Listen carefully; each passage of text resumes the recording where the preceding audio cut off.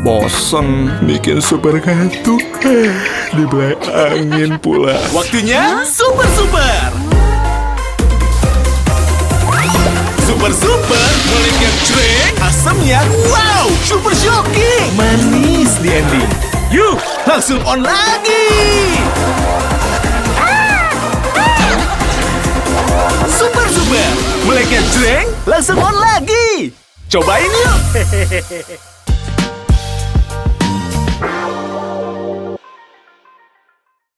Terima kasih pemirsa masih tetap setia bersama kami tentunya dalam program Super Down Super Opini yang dipersembahkan oleh Super Sour Candy meleknya jreng langsung on lagi. Tentu masih bersama saya Doni The Kaiser Dan saya Don Bosco Slamet. ya Bang Don. Ya. Ini sebelum kita ke Prof Alex dan Prof Hik, saya juga mau minta analisanya Bang Don. Apa? Karena kan soal two state solution ini kan sudah lama ternyata kan. Ya, kalau dengar penjelasan Prof Alex sama Prof Hikmahanto, ya sudah Ya, lama. betul. Dan kalau kita baca dan pengalaman kita membaca berita-berita kan sudah lama. Ya, sebetulnya. setuju. Dan itu disampaikan lagi oleh Presiden Prabowo. Menurut Bang Don, itu momentum yang tepat dengan diksi yang tepat, di forum yang tepat, sehingga bisa menjadi sebuah akselerator untuk makin mewujudkan two state solution ini, Bang Don. Ya, saya tidak ingin berpendapat sebetulnya. Tapi kalau kita melihat tren, menurut saya ini soal waktu. Ya, Walaupun ada yang katakan itu tidak mungkin, tapi saya tidak yakin negara-negara itu akan tidak mendengar suara-suara rakyatnya yang melihat kekejaman seperti ini tidak boleh terjadi. Betul. Ini adalah tren yang terbuka Ya. dilihat oleh seluruh dunia. Ya. Dan mungkin itu yang menjelaskan kenapa negara-negara yang dulu betul-betul tidak mau mengakui Palestina. Sekarang Ya. memberikan pengakuan pada Palestina. Malah buka kedutaan besarnya. Iya, dan itu kemudian terbuka untuk two state solution. Sekarang kan ya kita lihat ya tentu seperti kata Prof Alex tadi sulit gitu, tapi kan perubahan mungkin, Prof. Nah, itu dia. Prof Alex, gimana nih? Ya, saya tadi mengatakan sulit itu bukan berarti impossible. Ya. Ya. Nah, selalu ada jalan, selalu ada upaya untuk menuju ke arah sana. Hanya ini kan kita lihat di tantangan, constraint-nya itu ada pada berbagai layer. Ya, mulai dari layer negara-negara besar, Amerika Serikat lah di situ ya, Tiongkok, Rusia segala macam. Kemudian level regional, Ya. itu juga kan ada tantangannya gitu ya. Kemudian di level nasional lokal.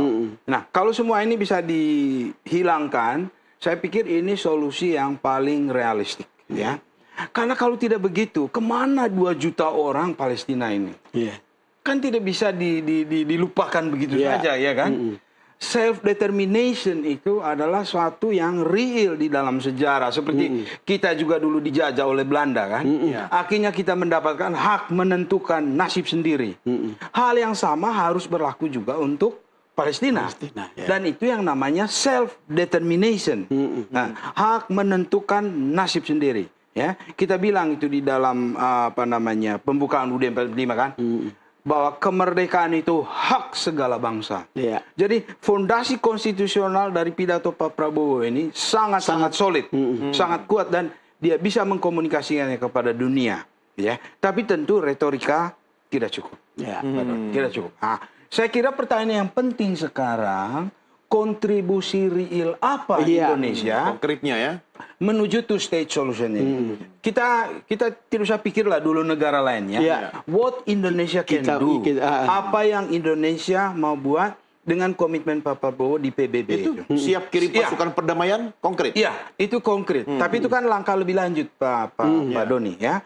Nah, saya pikir sekarang Indonesia menawarkan kepada dunia plan of action menuju two state solution itu. Karena kita selama ini ngomong two state solution, lah, konsep Lalu Indonesia, plannya apa? konsep Indonesia itu apa? Seperti apa?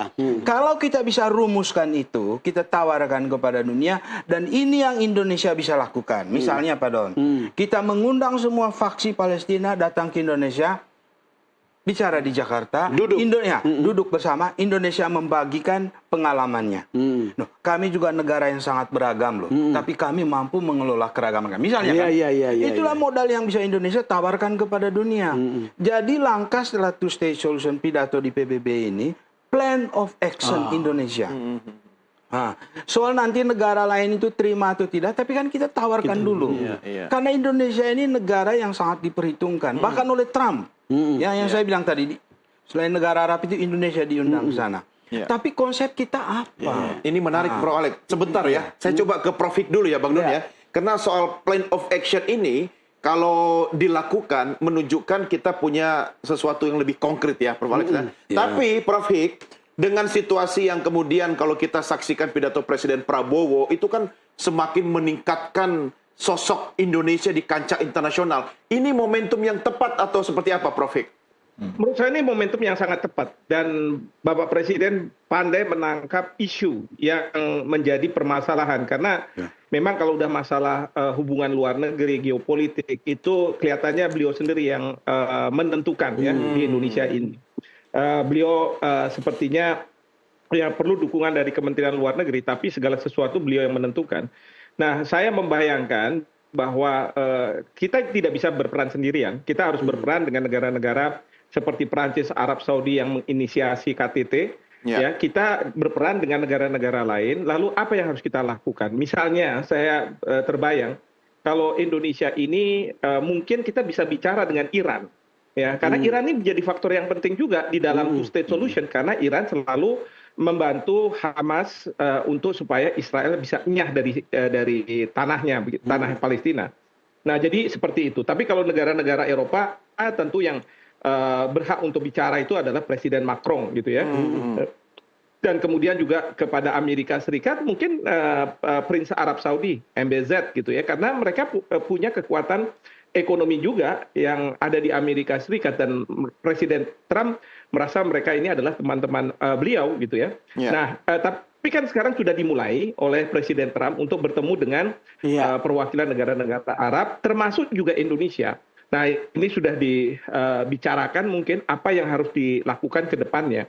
Nah, jadi masing-masing punya kontribusi, lalu kemudian nanti kalau bisa menurut saya harus PBB dilibatkan. Karena ujungnya nanti kalau misalnya memang ada gencatan senjata, untuk memastikan gencatan senjata itu dipatuhi, maka perlu pasukan perdamaian PBB, di mana Indonesia sudah berkomitmen lagi. Nah, sekarang urusan Indonesia. Kita sudah 20.000 atau lebih, silahkan kita akan kirim pokoknya. Akan ada di sana dan juga saya berharap petugas kesehatan ya itu juga harus ada di sana membantu segera dan ini menjadi sesuatu yang menurut saya udah tepat daripada ya misalnya kita Indonesia bilang oh ya kita bersedia mengevakuasi 2.000 rakyat Palestina. Waduh, saya bilang ini.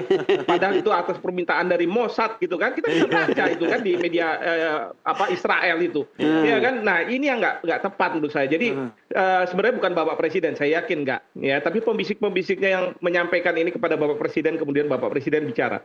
Tapi kalau sekarang ini Bapak Presiden sudah hands on ya terhadap masalah ini dan beliau sendiri saya yakin yang akan calling the shot gitu ya terkait dengan apa yang harus dilakukan Indonesia, apa yang harus dilakukan Prancis, apa yang harus dilakukan oleh Arab Saudi dan kita berbagi karena ini kita bicara soal multilateralisme yang diyakini oleh Bapak Presiden bahwa ini akan membuat negara-negara ini keluar dari permasalahan karena kalau tidak selalu Bapak Presiden mengatakan bahwa perang dunia ini akan semakin dekat loh, ya kan? Perang dunia ketiga itu akan berbeda dengan perang dunia kedua karena perang dunia ketiga ada negara yang mungkin menggunakan senjata nuklir dan itu akan jadi kiamat gitu kan. Maka Bapak Presiden percaya betul bahwa perdamaian itu adalah jalan yang harus kita tempuh. Begitu. Ya. Oke, Bang Don, silakan. Ya, saya ada beberapa poin pidato Pak Prabowo yang mungkin kita perlu komentari lagi, Prof. Tadi kan soal kemanusiaan, soal keadilan, dan terutama soal kalau dengar beliau pidato, kita bisa melihat bagaimana beliau menyampaikan kontribusi nyata Indonesia di PBB itu atau di dunia ini, termasuk soal Palestina.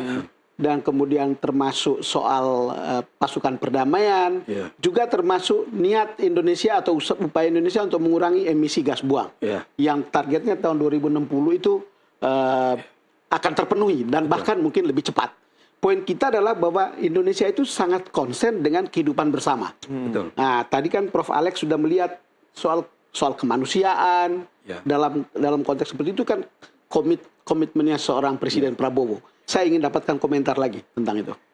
Ya, biasanya Pak Don, kalau pemimpin negara tampil di dunia internasional seperti itu, mereka memikirkan juga kredibilitas negaranya. Iya.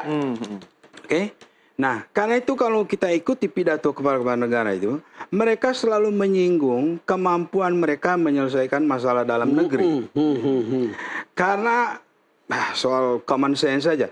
Kalau negara ini tidak mampu menyelesaikan masalah ini, bagaimana Anda bisa menawarkan kontribusi ke dunia internasional, kan? Tapi Pak Prabowo di dalam pidatonya itu piawai dia mengaitkan itu ya. Misalnya masalah dunia, ada masalah kelaparan. Indonesia siap jadi lumbung pangan. Nyambung kan? Bagus dia menjaga kredibilitas dan kredensialnya itu. Indonesia sedang dunia sedang mengalami perang. Indonesia itu adalah penjembatan bagi semua negara. Nyambung lagi ya. Jadi bagaimana dia membangun kredibilitasnya itu? Dan itu bukan hanya retorika. Indonesia real punya kemampuan itu, punya kredensial itu ya, yang mau ditawarkan. Sehingga ini menjadi momentum, saya duga ya, Pak Prabowo menjadi seorang presiden yang kebijakan luar negerinya menunjukkan Indonesia itu siapa dan apa yang bisa dikontribusikan Indonesia kepada dunia. Dan itu bagus sekali. Itu bagus sekali untuk standing Indonesia sebagai negara paling besar di Asia Tenggara dan pemimpin informal ASEAN. Apalagi setelah 10 tahun absen, ini sangat menarik. Iya Pak Don. Jangan kita lupa, tahun 55 kita itu pelopor konferensi Asia Afrika. Pada waktu itu loh, kemampuannya belum banyak.